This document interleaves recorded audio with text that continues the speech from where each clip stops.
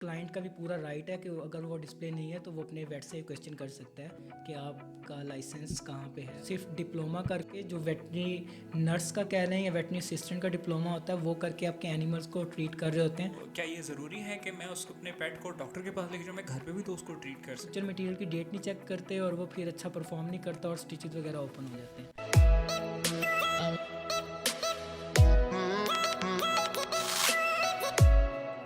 अस्सलाम वालेकुम। Health cast एक नए एपिसोड के साथ हाजिर हैं। उम्मीद करते हैं आप खैरियत से होंगे। आज हम बात करेंगे आपके पालतू जानवर के लिए जो आप मॉलिश का इंतखाब करते हैं उसमें किन बातों का ख्याल रखना चाहिए और कौन सी बातें ऐसी हैं जिनका जानना आपके लिए ज़रूरी है। इस पर बात करने के लिए हमारे साथ आज मौजूद हैं डॉक्टर सुहेब।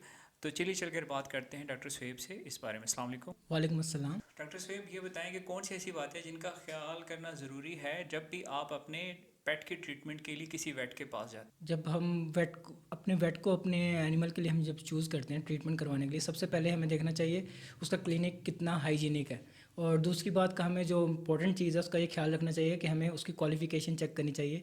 एक वेट के लिए ज़रूरी है कि वो अपना जो है अपना पाकिस्तान वेटरी मेडिकल काउंसिल की तरफ से जो उसे लाइसेंस मिला है उसको वो डिस्प्ले करे वहाँ पे।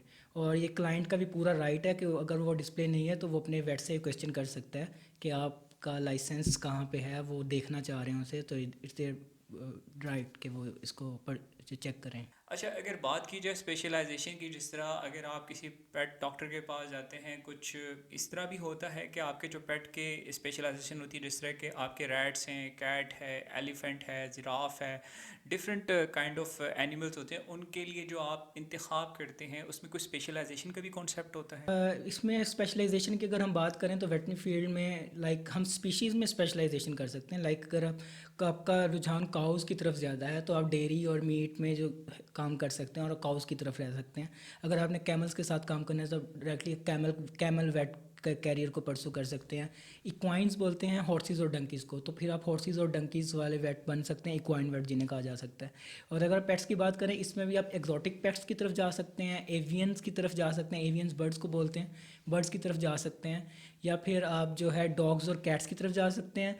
काफ़ी कंट्रीज़ में कैट्स और डॉग्स भी सेपरेट हैं, आप कैट वेट भी अलग से हो सकते हैं और आप डॉग वेट भी अलग से हो सकते हैं। तो इस तरह से हम इसको कर सकते हैं। और अगर आप जू एनिमल्स की बात करें तो यू आर अ जू वेट, सो आप जू को देख सकते हैं वाइल्ड एनिमल को जो कैप्टिविटी में होते हैं। लेकिन अगर आप माउंटेन्स पे जैसे खुले जंगली जानवर फिर रहे होते हैं उनके साथ कुछ भी प्रोजेक्ट में काम करना चलते हैं, then you are a wildlife vet, तो फिर आप वाइल्ड लाइफ वेट के तौर पे काम कर सकते हैं। क्या ऐसी क्वालिफ़िकेशन एक्वायर करनी चाहिए बिफोर द ट्रीटमेंट अपने वेट से?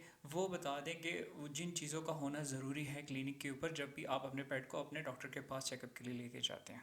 बिफोर द ट्रीटमेंट आप अगर अपने वेट को चेक करना चाह रहे हैं तो जैसे मैंने आपको बताया कि सबसे पहले तो आपको उसका लाइसेंस चेक करें कि अगर वो लाइसेंस है कि नहीं, क्योंकि इस तरह से होता है कि आप उसका डीवीएम का लाइसेंस चेक करें। कुछ लोग अपना पीएचडी का या एमफिल का डिग्री सर्टिफिकेट वहाँ लगाते हैं, so this is not a credential. आपने उसका पीवीएमसी से जो रजिस्टर्ड लाइसेंस है प्रैक्टिस करने का वो चेक करना है। कुछ लोग जो होते हैं सिर्फ डिप्लोमा करके जो वेटनरी नर्स का कह रहे हैं या वेटनरी असिस्टेंट का डिप्लोमा होता है वो करके आपके एनिमल्स को ट्रीट कर रहे होते हैं, तो उनसे आप इस तरह से बच सकते हैं। जब आप उनसे अपनी रजिस्ट्रेशन मांगेंगे दैन यू हैव आइडिया कि ही इज़ अ वेट और he is a vet assistant और इज़ अ वेट नर्स। अगर टेक्नोलॉजी की बात की जाए पाकिस्तान में, जिस तरह आप देख लें, फाइनेंशियल चार्ट देख लें, ऐसा जितने क्लिनिक्स इतने एडवांस नहीं होते, लेकिन आप क्या समझते हैं कि कुछ कुछ क्लिनिक ऐसे भी होते हैं जिसमें आपके वेट के पास बहुत अच्छी एक्सपर्टीज़ होती हैं एक पेट को ट्रीट करने की, लेकिन उनके पास उस तरह की टेक्नोलॉजी नहीं होती। तो उस सूरत में क्या प्रेफर करना चाहिए? जिसके पास टेक्नोलॉजी एडवांस है, क्या हम उस पेट का इंतखाब करें, सॉरी वेट का इंतखाब करें, या उस वेट का इंतखाब करें जिसके पास काबिलियत है, उसके रिव्यूज़ अच्छे हैं, लेकिन उसके पास टेक्नोलॉजी का फुकदान है? अगर किसी के पास आप जाते हैं वेट के पास और उसके पास इतनी टेक्नोलॉजी नहीं है, दूसरी तरफ एक वेट है जिसके पास काफ़ी टेक्नोलॉजी है, तो इसमें से आप कौन सा चूज़ करें? देखें आपका एक्सपीरियंस किसके साथ अच्छा गया है। अगर तो आपके पास आप जा रहे हैं उस वेट के पास जिसके पास टेक्नोलॉजी कम है और वो आपको चेकअप करने पे चीज़ें सजेस्ट कर रहा है कि अब मुझे सीबीसी चाहिए इसका, तो वो आपको सजेस्ट कर रहा है कि जाकर आप वहाँ से करवा के मुझे चेक करवाएं, so then it's a good sign कि वो आपका अच्छा वेट है। तो लेकिन अगर कोई आपका वेट आपको सजेस्ट नहीं कर रहा, उसके पास टेक्नोलॉजी भी नहीं है और जो उसके पास ट्रीटमेंट है वो उसी पे एंड कर देता है, देन आपको जो है आई थिंक वेट स्विच कर लेना चाहिए जिसके पास टेक्नोलॉजी हो।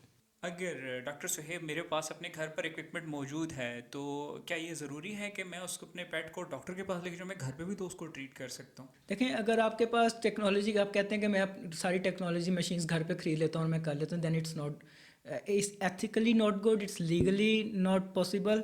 ओके, आप एक वेटनेरियन नहीं हैं, आपके पास पीवीएमसी की रजिस्ट्रेशन नहीं है and you are not related to para vet staff, और फिर भी आप अपने एनिमल को इंजेक्ट कर रहे हैं, that is not legal.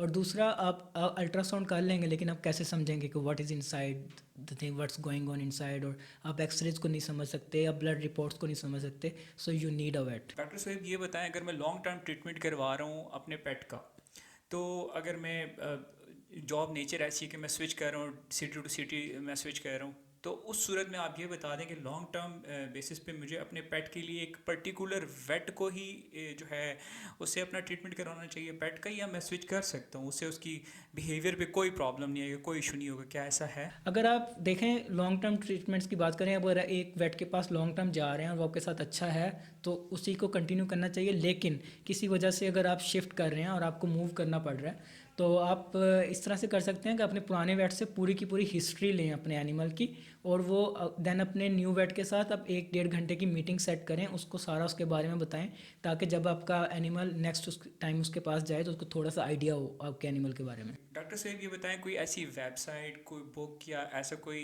Public platform जहाँ से आप समझते हैं कि लोगों को अवेयरनेस मिल सकती है कि आप रेट कर सकते हैं कि ये डॉक्टर अच्छा है, ये डॉक्टर अच्छा नहीं है, या क्या होना चाहिए एक काबिल वेट के लिए, तो वो बता दीजिए। अगर आप पब्लिकली कोई बात करें कि कुछ ऐसा प्लेटफॉर्म है जहाँ पे आप वेट की क्रेडिबिलिटी चेक कर सकें, सो एक तो ये है कि पीवीएमसी की वेबसाइट है, आप उस पे जाके उस वेट का नाम लिख सकते हैं और फिर आप चेक कर सकते हैं उसमें उसका रजिस्ट्रेशन है कि नहीं, आपको वहाँ पे उसकी रजिस्ट्रेशन नंबर और पूरी डिटेल्स मिल जाएंगी, ठीक है। एक तो ये है, और दूसरा ये है कि आप उनके इंस्टाग्राम अकाउंट जो उनके क्लिनिक के बने हुए होते हैं वहाँ पे जाके आप उनके रिव्यूज़ चेक कर सकते हैं, और क्लाइंट जो है वो सबसे ऑनेस्ट रिव्यूज़ देते हैं, तो आप वहाँ से उनकी रेटिंग का अंदाज़ा लगा सकते हैं। द लास्ट क्वेश्चन, आप कोई ऐसी टिप देना चाहते हैं regarding to treatment, regarding to the care of your pet, sorry regarding to your choosing a vet? बिल्कुल, मैं आप लोगों को ये टिप्स दूंगा कि क्वालिटी केयर को अगर अपनी चेक कर रहे हैं वेट्स को, अपने क्लिनिक को क्लीन रखें, अपनी प्रैक्टिसेस, अपने ग्लव्स यूज़ करें, गाउन्स को यूज़ करें, ईच एंड एवरीथिंग जो भी आप जितना आप पॉसिबल हो सकता है कर सकते हैं, जिस भी तरह के इन्वायरमेंट में हैं, जितना अवेलेबल है वहाँ पे कम से कम उतना करें। ये इस बात पे कोई ज़ोर नहीं है कि अगर आप एक गांव में प्रैक्टिस कर रहे हैं तो आपके पास पूरा का पूरा ओटी थिएटर होना चाहिए, यूवी लाइट से स्टेरिलाइज होना चाहिए, ऐसी कोई रिक्वायरमेंट्स नहीं है। लेकिन फिर भी जितना हो सकता है आप ग्लव्स पहन लें, आप चीज़ों को अवॉइड करें जर्म्स को, और इस तरह से जितना हो सकता है उतना करें आप इसको। आप दूसरा ये है कि आप एक्सपायरी डेट्स चेक करें अपनी मेडिसिन की, क्योंकि काफ़ी दफ़ा ये होता है कि आप डेट्स चेक नहीं करते। इवन कि आपको अपने सूचर मटेरियल्स की भी डेट चेक करनी चाहिए। काफ़ी दफ़ा अपना सूचर मटेरियल की डेट नहीं चेक करते और वो फिर अच्छा परफॉर्म नहीं करता और स्टिचेस वगैरह ओपन हो जाते हैं। और दूसरा ये कि I will say to the clients कि अगर आप जा रहे हैं वेट के पास तो ऐसे वेट के पास जाएं जो आपको एक पूरा जिसके पास पैड बना हुआ हो, राइटिंग पैड, और उसके ऊपर उसके सारी इन्फॉर्मेशन हो, एक लेटर हेड पूरा बना हुआ हो, और वो आपको डायग्नोसिस प्रॉपर लिख कर दे, उसका डायग्नोसिस रूल लिखवाएं, उसकी हिस्ट्री लिखवाएं, उसका ट्रीटमेंट लिखवाएं, और बाद में उसके ऊपर उसके स्टैम्प और साइन भी होने चाहिए वेट के, ताकि अगर आपको कल को कोई मसला होता है you are able to challenge at least that thing. और अगर कोई वो आपको ऐसी मेडिसिन दे रहे हैं जिसमें उन्होंने मिक्सअप किया कुछ चीज़, या 2-3 मेडिसिन मिला के भी कुछ मेडिसिन जिस तरह से लोग दे देते हैं, या कोई घर की कोई चीज़ उन्होंने दी है खिलाने के लिए, then at least you can ask him कि आप वो वहाँ पे मेंशन करें कि इसमें क्या क्या है और कितनी देनी है, और देन स्टैम्प इट, और वो सारा कुछ आपके उस लेटर हेड के ऊपर होना चाहिए। Then it's a good thing, you should follow this. जी नाज़रीन, ये थे हमारे साथ डॉक्टर सुहेब। उम्मीद करते हैं आज का इन्फॉर्मेटिव सेशन आपके लिए मुफीद साबित होगा। इंशाल्लाह एक नेक्स्ट एपिसोड के साथ फिर हाजिर होंगे, तब तक दीजिए इजाज़त। अल्लाह हाफिज़।